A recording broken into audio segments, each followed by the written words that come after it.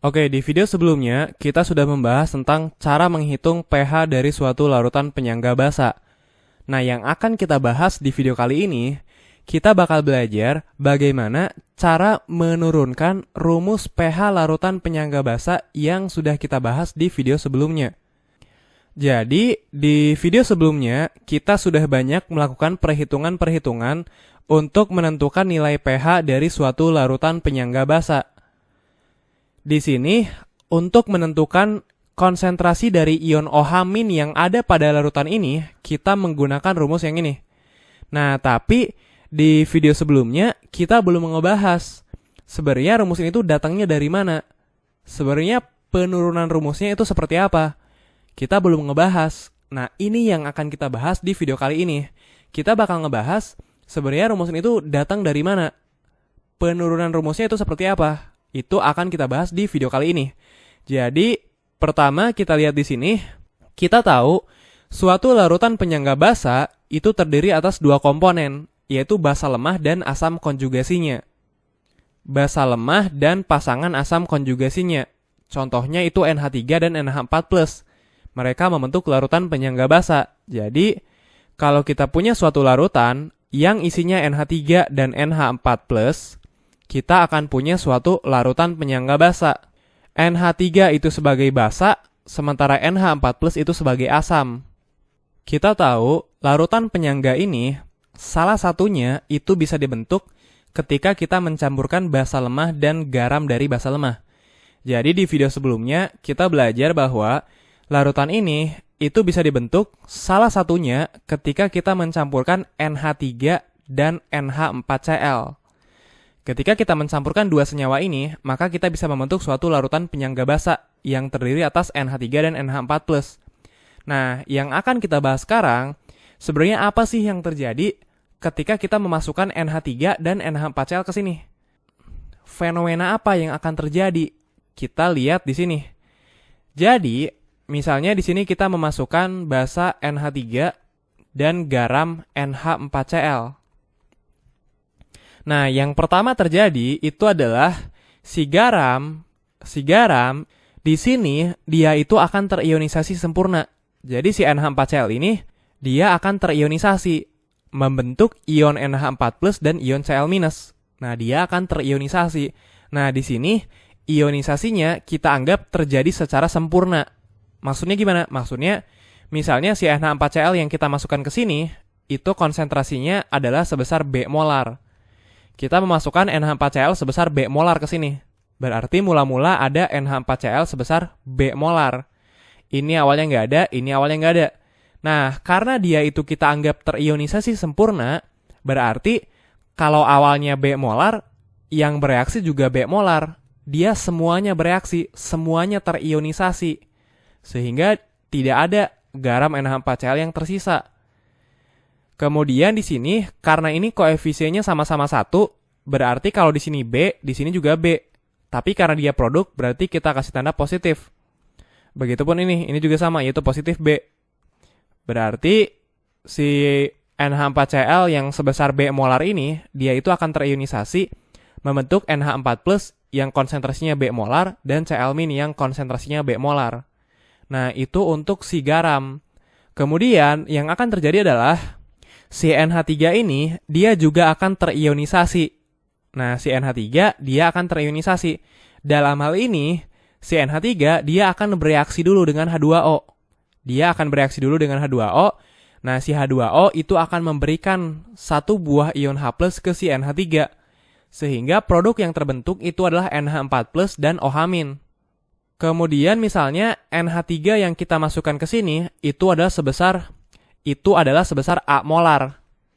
Jadi di sini mula-mula kita punya NH3 sebanyak A molar. Ini H2O awalnya berapa nggak penting.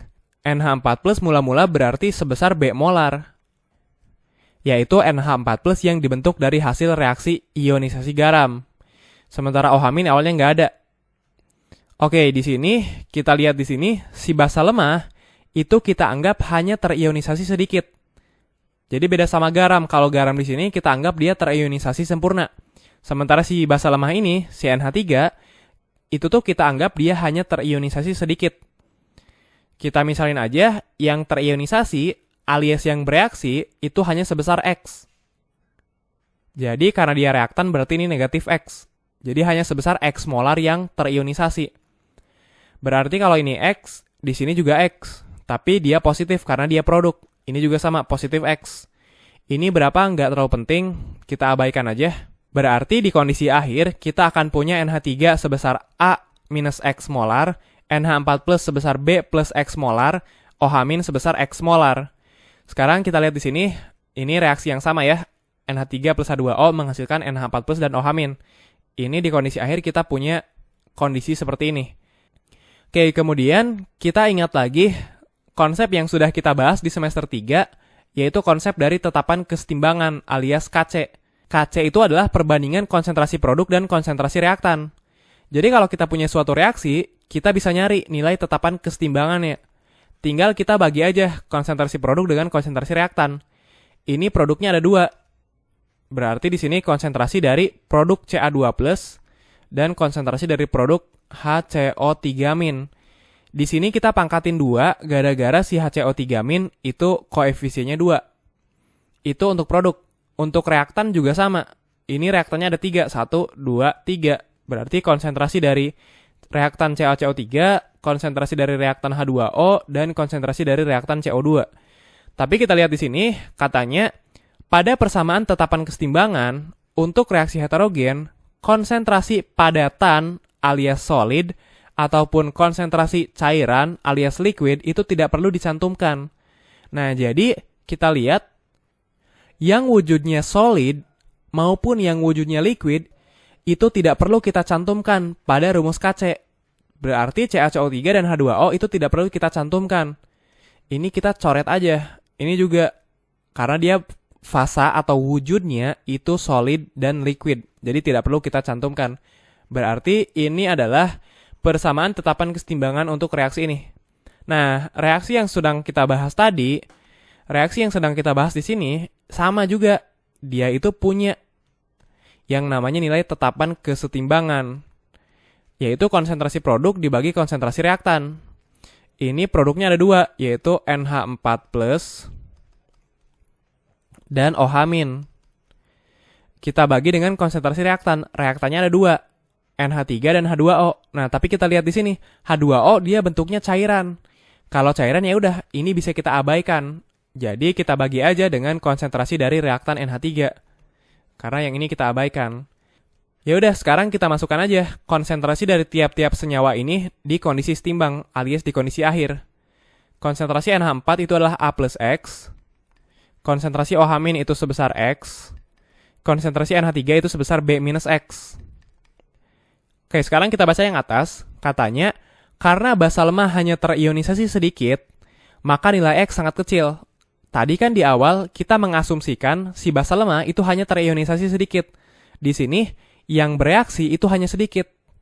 Artinya, si nilai X ini, itu kita anggap sangat kecil.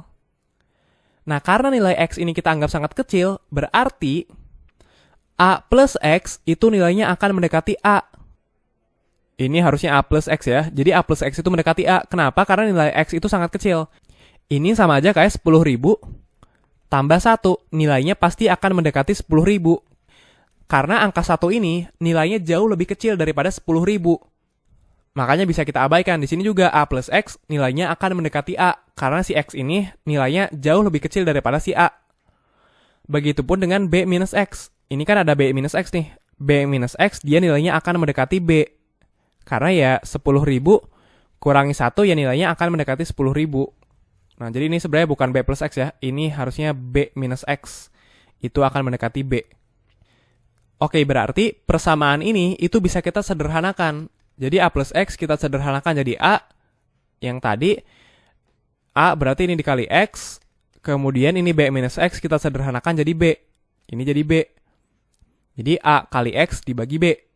Ini adalah nilai tetapan kesetimbangan. Tadi kita tahu reaksi ini, reaksi yang sedang kita bahas sekarang, ini adalah reaksi dari ionisasi NH3. Reaksi ionisasi dari basa NH3. Berarti nilai Kc di sini itu menunjukkan nilai tetapan kesetimbangan dari reaksi ionisasi basa NH3. Tetapan kesetimbangan dari reaksi ionisasi basa. Kita sudah belajar. Yang disebut dengan tetapan kesetimbangan dari reaksi ionisasi basa itu disebut dengan Kb. Jadi Kb itu adalah tetapan kesetimbangan dari reaksi ionisasi basa. Dan kita tahu tiap-tiap basa punya nilai Kb-nya masing-masing. Jadi tiap-tiap basa, terutama basa lemah, itu tuh punya nilai Kb-nya masing-masing. Dan nilai Kb itu menunjukkan tetapan kesetimbangan dari reaksi ionisasinya. Oke, berarti nilai tetapan kesetimbangan dari reaksi yang sedang kita bahas ini, itu juga bisa disebut dengan tetapan dari ionisasi basa. Basa yang sedang kita bahas di sini adalah basa NH3. Berarti nilai ini, nilai AX dibagi B, itu akan menunjukkan nilai Kb dari basa NH3. Oke, jadi kita dapat Kb itu sama dengan AX dibagi B. Sekarang kita otak-atik rumus ini, jadi X itu sama dengan Kb dikali B dibagi A. Ini otak-atik matematika biasa ya. Jadi sekarang kita dapat X itu sama dengan Kb dikali B per A. Padahal X itu adalah konsentrasi dari ion OH-. Nah, berarti X itu adalah konsentrasi dari ion OH-. Ya udah, kita dapat rumus yang kita pakai di video sebelumnya. Konsentrasi OH- yang ada pada suatu larutan penyangga basa itu adalah nilai Kb dari si basa lemah dikali konsentrasi basa lemah, yaitu B, yaitu yang ini, konsentrasi basa lemah, dibagi dengan konsentrasi asam konjugasi, yaitu si A ini. Yaitu konsentrasi dari asam konjugasi di sini. Oke, jadi ini adalah penurunan dari rumus yang sudah sering kita gunakan di video sebelumnya. Jadi penurunannya itu seperti itu. Oke, kita lihat di sini. Nah, jadi kita sekarang udah ngerti ya, sebenarnya rumus ini tuh datangnya dari mana. Jadi kita melakukan reaksi ionisasi untuk garam dan untuk basanya. Terus kemudian ini asumsi-asumsi yang kita gunakan. Oke, oh ya, di video tentang penurunan rumus pH larutan penyangga asam, di video ini kita sudah ngebahas rumus ini itu bisa kita uraikan menjadi seperti ini. Rumus H plus sama dengan Ka dikali A per B itu bisa kita otak-atik sehingga kita dapat rumus seperti ini. pH sama dengan pKa dikurangi log A per B. Di mana pKa itu sama dengan negatif log dari nilai Ka. Nah, dengan cara penurunan yang sama, dengan otak-atik yang sama, rumus yang kita dapetin tadi, ini juga bisa kita otak-atik menjadi seperti ini. Ini mirip ya formatnya. Jadi POH itu sama dengan PKB dikurangi log B per A. Di mana PKB itu sama dengan negatif log dari KB. Cara penurunan dari sini ke sini itu sama persis dengan cara penurunan dari sini ke sini yang sudah kita bahas di 3 video sebelumnya. Jadi, jika yang diketahuinya misalnya itu bukan nilai KB, tapi yang diketahuinya itu nilai PKB-nya, sebenarnya kita bisa langsung pakai rumus ini untuk menentukan nilai POH dari suatu larutan penyangga basa. Oke, jadi ini tadi kita belajar tentang penurunan dari rumus pH larutan penyangga basa. Jadi rumusnya seperti ini. Kemudian ini bisa kita otak-atik juga jadi seperti ini ya. Oke, jadi itu kita sudah selesai membahas tentang penurunan dari rumus pH larutan penyangga basa. Nah, di video setelah ini, mudah-mudahan kita akan membahas tentang kapasitas dari larutan penyangga. Ini akan menjadi konsep terakhir yang akan kita bahas di bab larutan penyangga.